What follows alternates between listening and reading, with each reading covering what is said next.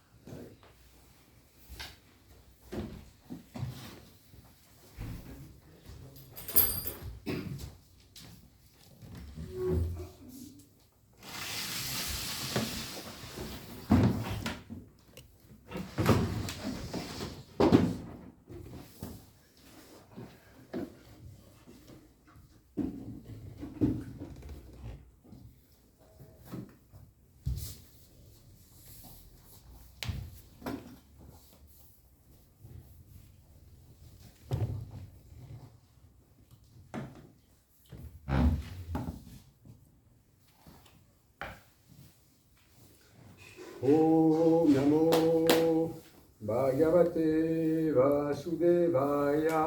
Om Namo Bhagavate Vasudevaya. Om Namo Bhagavate Vasudevaya. Om Namo Bhagavate Vasudevaya. Om Namo Bhagavate Vasudevaya. Om Namo Bhagavate Vasudevaya. Narayana Namaskritya Narayana Namaskritya Naram Chaiva Narottamam Naram Chaiva Narottamam Devim Saraswati Vyasa Devim Saraswati Vyasa Tato Jaya Mudiraye. Tato Jaya Mudiraye. Before reciting this Srimad Bhagavatam, which is our very means of conquest, let us offer our respectful obeisances unto Lord Narayana, the Supreme Being, unto Narayan Rishi, the most perfect human being, unto Goddess Saraswati, the Goddess of Fortune, and to Yesterday, who is yourself. Nasta Praisu Abhadresu Nashta Praishu Bhadreshu Nityam Bhagavata Sevaya Nityam Bhagavata Sevaya Bhagavate Uttama Sloke Bhagavati Uttama Shloke Bhakti Bhavati Nestiki. Bhakti Bhavati Neshiki. By hearing the Srimad Bhagavatam and the rendering service unto the pure devotee of the Lord, everything which is no good in the heart is eradicated, almost completely eradicated, and pure devotional service to the Supreme Personality of Godhead, which is praised by transcendental songs, is fixed in the heart. Hare Krishna. So now let's speak together about Canto 8 of Srimad Bhagavatam, Chapter 8, Text 30.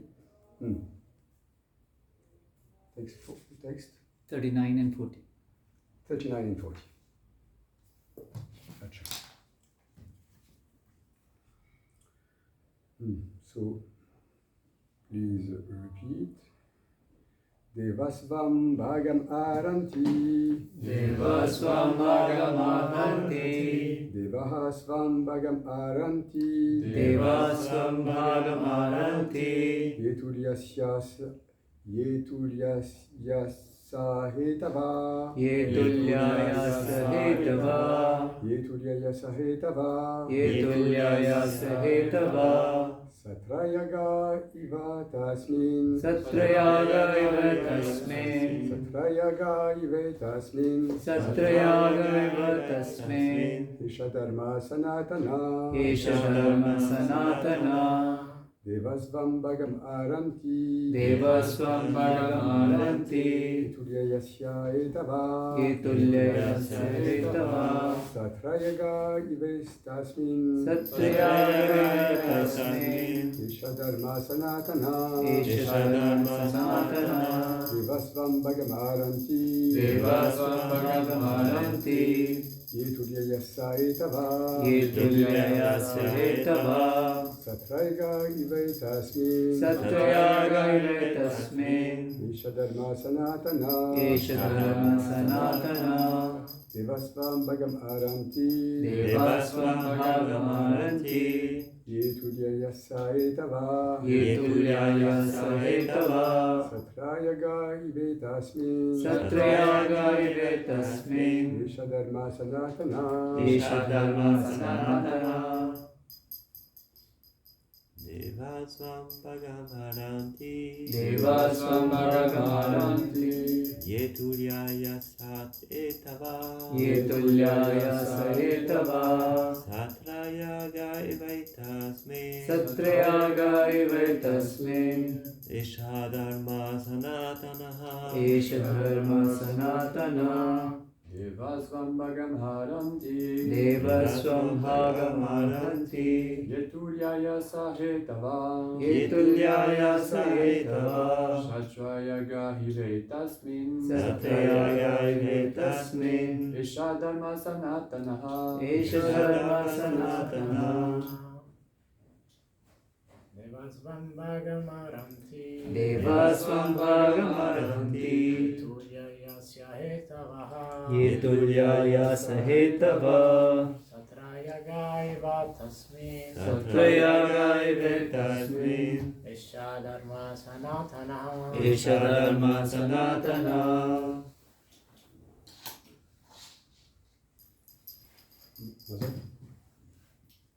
Devasvam bhagavam arhanti Devasvam bhagavam arhanti Yetulyaya sahetava Satrayaga ive tasmin Esha dharma sanatana. I will read the other verse. It is one pratyasedam vei. It is No, I will read all together. It is written on the board as well. Oh, I didn't know. Okay, anyway, I read it together. Ivasva pratye. It is one prayasedam vei. Deteya jat mata matsara. Durbala prabalam rajan. Gita kalasanuhu. Please repeat. Devaha, the demigods. the demigods, Svambhagam, Sambhagam, their own share.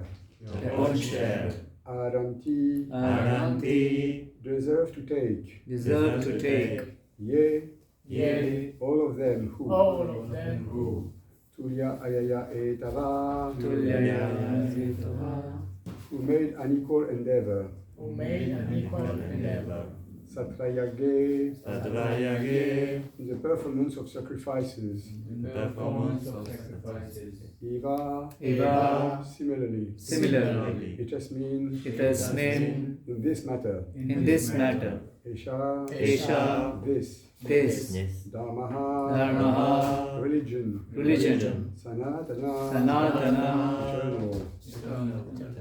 Iti, Iti, thus. thus, Svan, Swan, among themselves. among themselves, Pratyasedan, Pratyasedhan, forbade one another. forbade one another, They, indeed, Deteyaha, that they are the sons of Diti. the sons of Diti, Katamatsaraha, Jatamatsaraha, envious. envious, Durbalaha, Durbalaha, weak. weak, Prabalan, Prabhavam, by force. by force, Rajan, Rajan, O king. O king, Grihita, Grihita, possessing. possessing, Kalasahan, Kalashan, the jug containing nectar. the jar containing nectar, Muhu, Muhu, constantly. constantly. Translation by His Divine Grace, A.C. Bhaktivedanta Swami, Srila Prabhupada. Jai Srila Prabhupada. Translation. Some of the demons said, all the demigods have taken part in the churning the ocean of milk. Now, as everyone has an equal right to partake in any public sacrifice, according to the eternal religious system, it is befitting that the demigods now have a share of the nectar. O king, in this way, the weaker demons forbade the stronger demons to take the nectar. Purport. Desiring to take the nectar, those among the demons who were less strong spoke in favor of the demigods. The weaker deityas naturally pleaded on behalf of the demigods to stop the stronger deityas from drinking the nectar without sharing it. In this way, disagreement and trouble arose as they forbade one another to drink the nectar.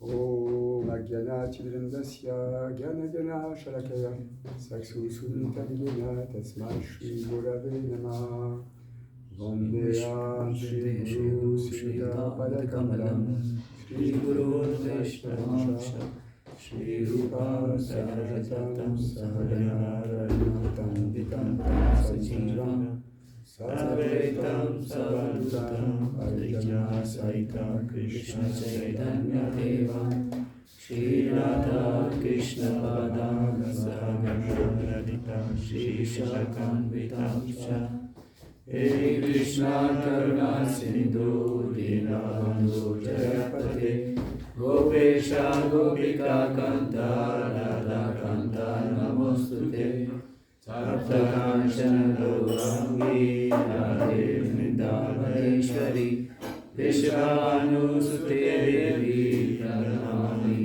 Hari Priye Vanchakarpatarubhyascha Kripa Sindhubhya eva cha Patikanam Pavanebhyo Vaishnavebhyo Namo Namaha. Jai Sri Krishna Chaitanya Prabhu Nityananda Shri Advaita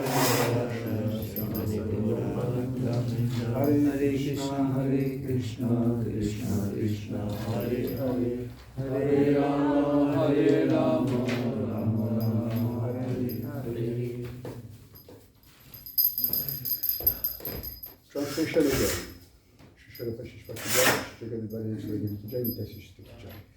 Some of the demons said, all the demigods have taken part in churning the ocean of milk. Now, as everyone has an equal right to partake in any public sacrifice, according to the eternal religious system, it is befitting that the demigods now have a share of the nectar. O king, in this way, the weaker demons forbade the stronger demons to take the nectar. So, let's now speak in full serenity about agitation and confusion, which is ecstatic if it is described in Srimad Bhagavatam.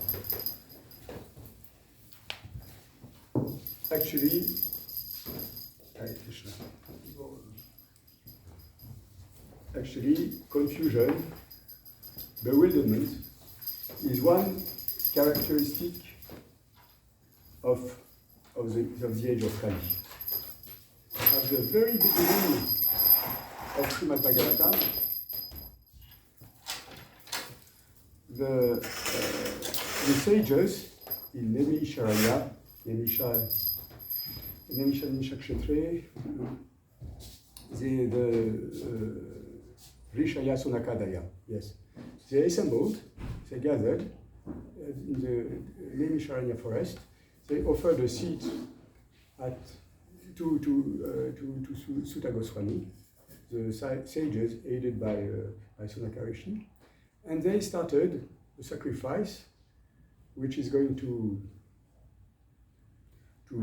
take place for many years, hundreds and thousands of years actually. And right at the beginning and this sacrifice is about reciting Srimad Bhagavatam actually. And right at the beginning of the conversation, of the transcendental conversation, the sages speak to Sutta Goswami and say, well, it will be quite not easy to speak on Srimad Bhagavatam, which is the very nectarian fruit of Vedic literature, because in this age, people are full of confusion. They are lazy, misguided, unfortunate, and above all, always confused. The verse is in Sanskrit anyway. Abhinaya Susasadya. Anyway, Hare Krishna. So people are misguided, always confused, and therefore how to speak on such a nectarian topic as Srimad Bhagavatam. And this we see. There is confusion everywhere, and this confusion is taking place among the demigods, among the asuras, especially among the asuras, in their activity with the demigod, the suras, the devatas. And why is there such confusion? Why is there such confusion in this situation? Because there is envy envy among the asuras themselves. And envy is really one of the features of the age of Kali also. People are unfortunate and they are envious of one another. And Lord Krishna explains in Bhagavad Gita, chapter 9, Idam tute guyatamam pravakshami anasuyave. I can deliver you, O Arjuna, this transcendental topic of Bhagavad Gita, this confidential knowledge, because you are non-envious. Because you are non-envious. So, definitely, for asuras here are envious. They cannot enter. They cannot enter in transcendental conversations, and as we see, they are in full confusion.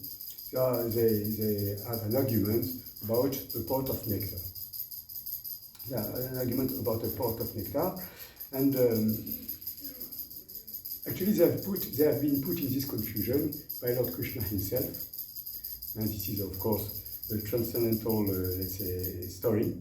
And Krishna has put them into confusion, into quarrel, in order to teach us a higher lesson. These asuras are so much into confusion that actually they are ready to give the pot of nectar to drink to the devatas, instead of sharing the pot with one another. And you see here at which point they are envious among themselves, to which extent they are confused, because they prefer to give the pot of nectar to their eternal enemies, the demigods, rather than share between themselves. It's quite incredible. Why so? Because as they are on the material platform of life, definitely they act on ego, on false ego. And because they act on false ego, they prefer to give the pot of nectar to their enemies, or their so-called enemies, instead of sharing it to themselves. And of course, as the message of Srimad Bhagavatam is eternal, we can make the parallel with so many situations in our modern life. We see politicians; they prefer to have their enemies in the first position sometimes, rather than their enemies inside the same political party. It happens sometimes because of false ego. Because of the control of the will to have power and control. You see, confusion, envy, false ego are symptoms of materialistic life. Sorry, and actually, of course, we could say that this kind of things belong to materialistic people, and therefore, as devotees, as long as we chant our rounds, we follow the basic principles of spiritual life, we are under the shelter of the lotus feet of the spiritual master, of Lord Krishna, and we are safe. But we have to be careful. And here I would like to remind a story which took place in ISKCON in 1970. You may have heard of this story. 1970, in ISKCON history, of course, is far away. It's far for us in time. But let's see that ISKCON was really a young organization. Only four years of existence on the practical side. You see, because ISKCON was registered in summertime in 1966. And now, in summertime, at the time of Janmashtami 1970, that is exactly 4 years after, there was a great dissension among devotees. The story took place, the event took place in New Brindavan, America. Actually, in this period, Srila Prabhupada already was disturbed because he could see within his family of ISKCON that there were signs that the devotees were young devotees who really didn't have a full understanding of the basic principles of bhakti, service to the spiritual master. They were in confusion, and Prabhupada was disturbed. He had seen already a few hints, and there was also much criticism among his god brothers, because of course, out of envy, we could assume they didn't really accept his position. And in ISKCON, one day there was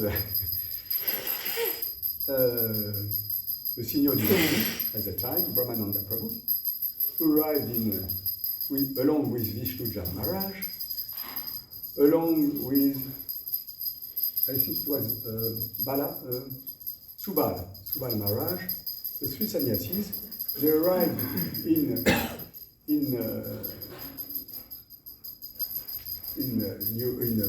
New Brindavan, America, and they declared to the devotees, you know what? There is disturbance inside ISKCON, because you know what? All of you, you are just neophytes.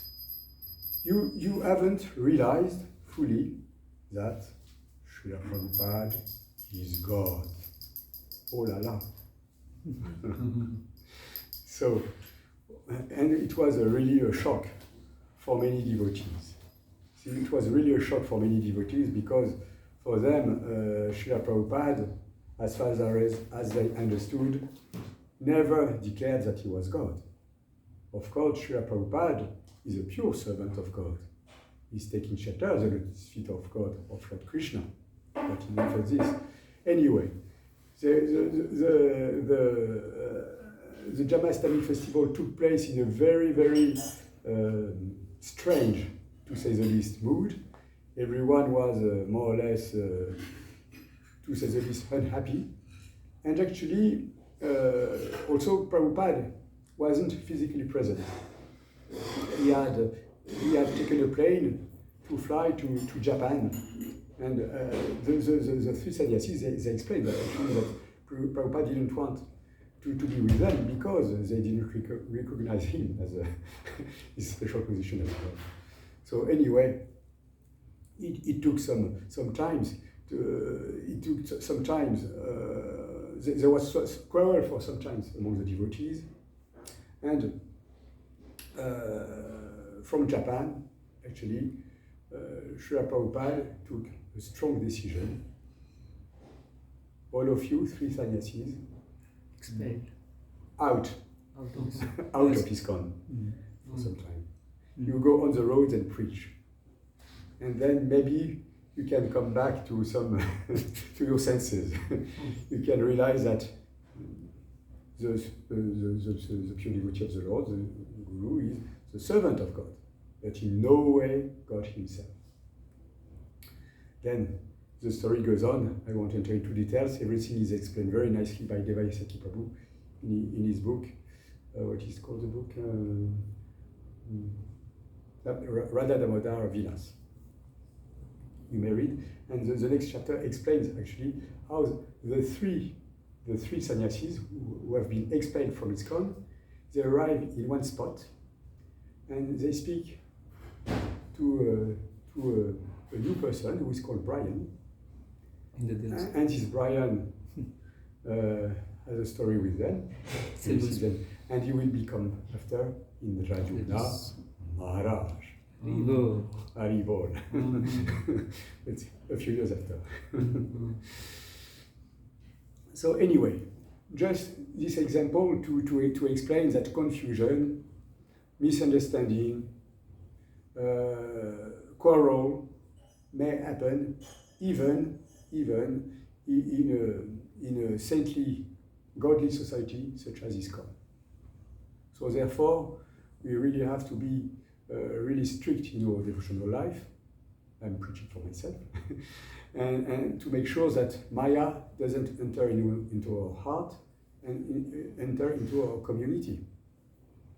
Actually, the whole Bhagavatam is about stories where there is quarrel, sometimes hypocrisy, in various situations, and everything in Srimad Bhagavatam is supposed to take place nicely, but in every page of Srimad Bhagavatam there is an event in which the situation is supposed to take place nicely, but there is always something which is going wrong. There is always something which is not well done in a yagya or in a conversation between devotees, and therefore an event takes place, and the conclusion, of course, is a philosophical conclusion. There are so many stories among these. Actually, ourselves as conditioned souls, we are in the gray zone. In the gray zone, I mean, actually, life, according to our scriptures, is quite simple in one sense. There is good and there is bad. There is the demigods, and there are the demigods, and there are the demons. There are the suras, saintly persons, and there are asuras, the contrary of suras, asuras. There are the daityas and the adaityas. And it goes on like this. And here, there are the people who are under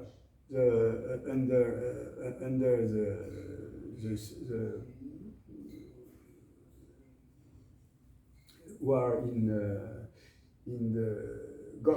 the God energy, that is to say, in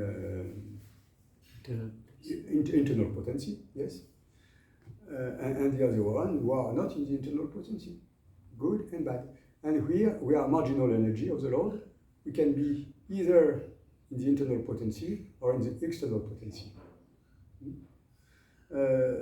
So we are always in the gray zone, and according to our devotional service, according to the way we are following nicely the instructions of Gurudev, of Krishna, then we can be either situated under the protection of the Lord, or we take shelter in the protection of Maya Devi, who is very happy to have us. Hey boys and girls, come on, I'll take care of you. And here again, we can say a story about the position of the Lord Vishnu, who is above good and bad, who is actually in the transcendental position. The Lord Krishna, Lord Vishnu, his plenary expansion, is actually above the modes of material nature and above good and bad. And this is what we aspire to be, among good and bad in one sense. Because actually good and bad belong eternally to our philosophy. This is our Shastric explanation explains that there is a good and a bad. But this is on a material platform. On the spiritual platform, everything is in pure goodness. Everything is good in one sense. The pure devotee of the Lord is always situated in Uttam. Uttam is Uttam, that is to say, above Tama, above Tamogun, Uttama. But for the sake of preaching, the pure devotee of the Lord Srila Prabhupada and his followers, they must make a distinction between good and bad. Otherwise, there's no way to preach. We sometimes have to say to people, it's not good to eat meat. It's not, for the sake of preaching, we have to do this. At a very elevated platform, the pure devotee is considering that everyone is actually a saintly emanation of God, and therefore he should be treated equally. This is the vision of the sage described in Bhagavad Gita. But for the sake of preaching, we have to make discriminations. It's not good to take alcohol. It's not good to take meat, and so on and so forth. So,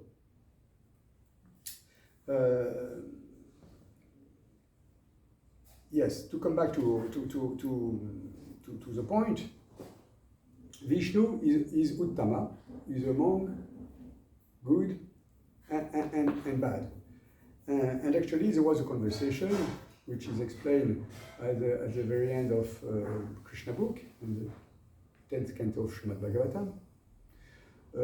There is a conversation in the bank of River Saraswati among sages who discuss between themselves about the position of the three predominant deities who are in charge of the influences of material nature.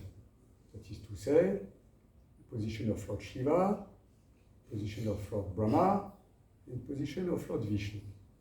So they have requested Bhrigu Muni, who is a dear son actually of Lord Brahma, in order to have him make an inquiry in order to see who among the three predominating deities is the one who is actually who should be worshipped primarily.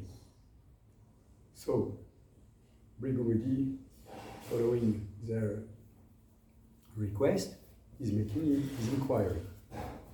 He first go and meet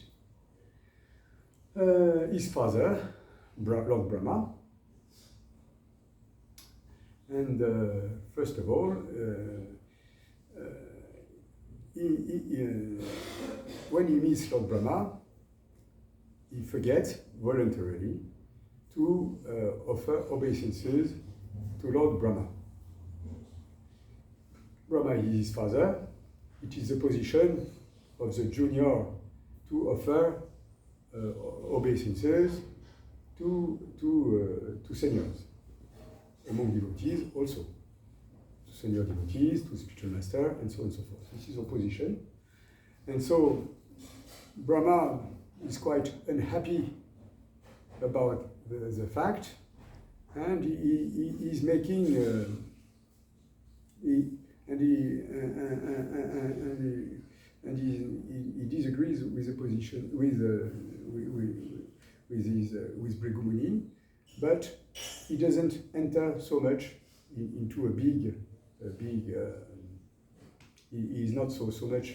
He is agitated internally, we can say, but he doesn't show so much.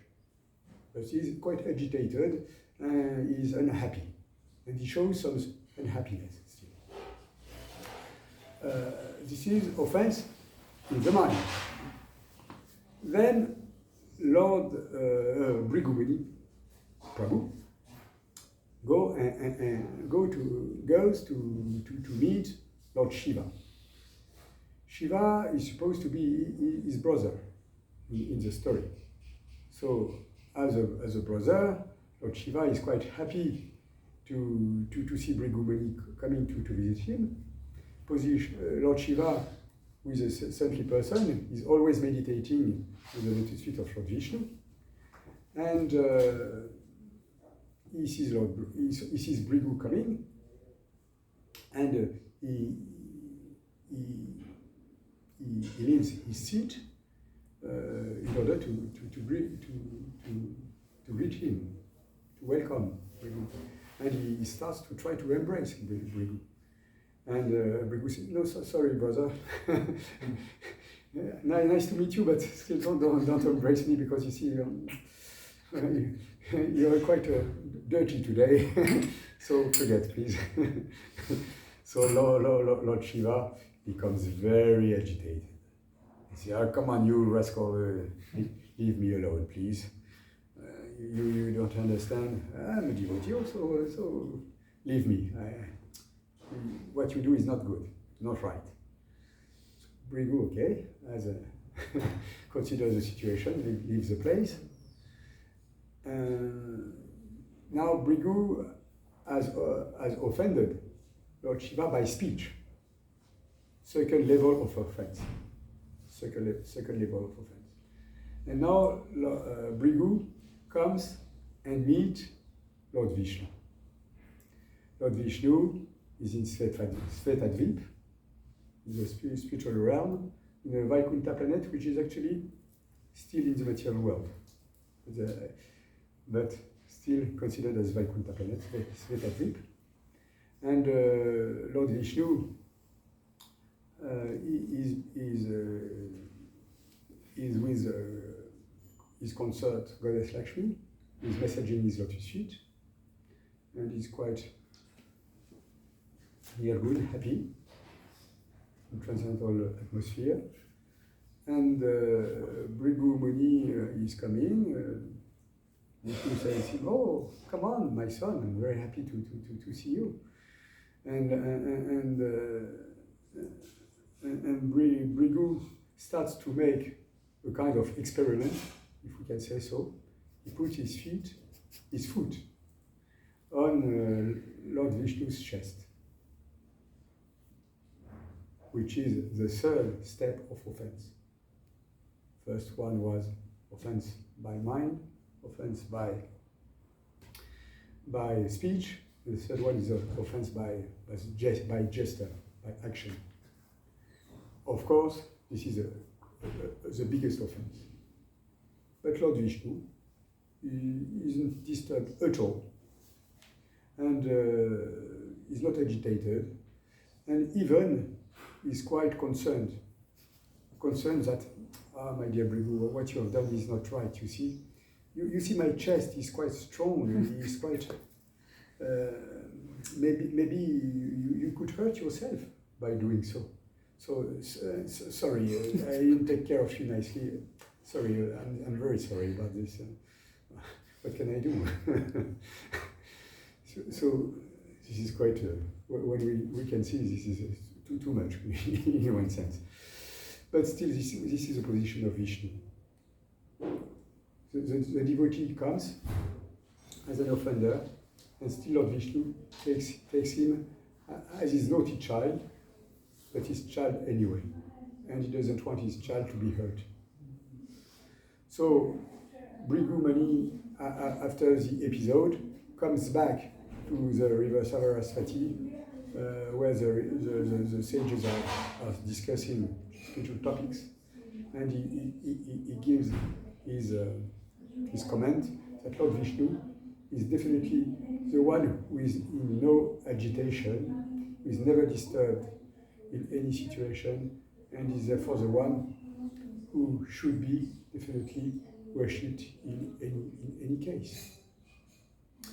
So you see, this matter of confusion is present in our Shastras, and actually confusion comes when we start to be agitated by our senses, considering the object of the senses. When we try to enjoy the object of the senses, there is confusion. And when there is confusion, then mind is bewildered, memory is lost, and we go down to the material plane. There is those famous verses in Bhagavad Gita. Yes. Yaito visayam pumsa, sangaste Pajayate, Sangat, Sanjayate Kama, Kama, Klodo, Vijayate. Klodo Bhavati Samora, Samora Smriti Brahma, Smriti Brahmsat, Buddhi Naso, Buddhi Nasat, Pranashati.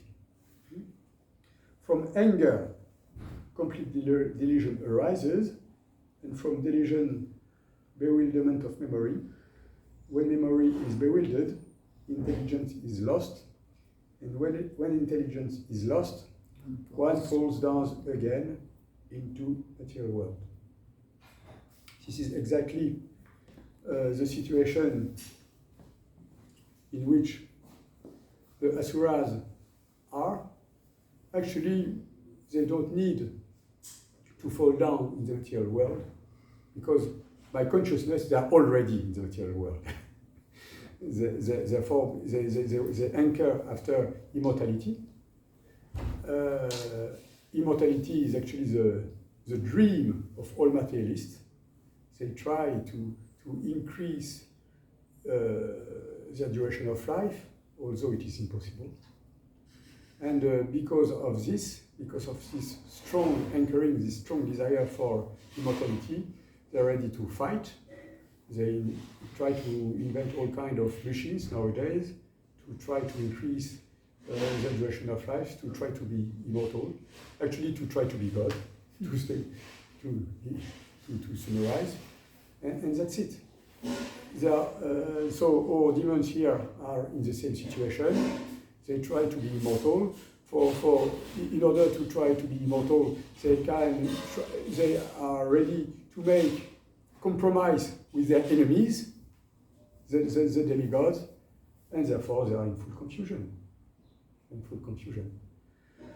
So we have tried to be clear in this explanation of confusion. We hope that it is clear that we should not be in confusion. And not to be in confusion, we have to strictly adhere to the principles of Bhakti Yoga, to read regularly Srimad Bhagavatam, Bhagavad Gita, Chaitanya Charitamrita, to take shelter under the guidance of the spiritual master, who is inspired in the heart by Lord Krishna, and in the following the Guru Parampara. Thank you very much. Hare Krishna. Hare Krishna. Are there questions or comments? Please. Yes, Prabhu. On that sense of not being confused, how can we know that we are following our Dharma? How to know? How can we follow our Dharma? How to be sure that we are doing it for the pleasure of Krishna? Oh, yes. Thank you very much for your question, Prabhu. The answer is clear. We have to follow Guru, Shastra, and Sadhu. This is explained by our Shastras. As long as we are following strictly Shastra, Gurus, and Sadhus, there is no confusion. But there should be the same message delivered by the three authorities. That is to say, if we for one point we have to make sure that the three authorities agree on the same point. Otherwise, there is something wrong. You see? For instance, you may find in the story of Prabhupada himself a point where Prabhupada, Srila Prabhupada, said to one devotee, "Come on, if you want, you have to take meat for the sake of preaching. You may even have to take meat for the sake of preaching. If you cut the sentence, you can say Prabhupada has said to this devotee, you can take meat, yes, for the sake of preaching, in case of extreme But of course, the sentence should be taken all together. Actually, this story has been retold by Harikesh Prabhu when he was preaching in the East, in the communist countries. It was so difficult to get food and so difficult to preach there. Actually, Harikesh Prabhu is a hero, an ISKCON hero, an authentic ISKCON hero. And Prabhupada, and he was always behind Prabhupada, or in front of Prabhupada, asking for instructions, and sometimes Prabhupada was a little disturbed, and so, come on, get away, go and preach, take meat if needed. But doesn't mean that, of course, you have to take meat. We have to follow the Shastra, Guru and Sadhu, but make sure that we don't divert or distort the message of the Shastras. And the best way to know if we are following our Dharma is actually to be under the guidance of the spiritual master. The spiritual master is the one who is definitely giving us the right direction. And if for some reason the spiritual master is not here presently, we definitely have to read these books or take instructions from senior devotees. And always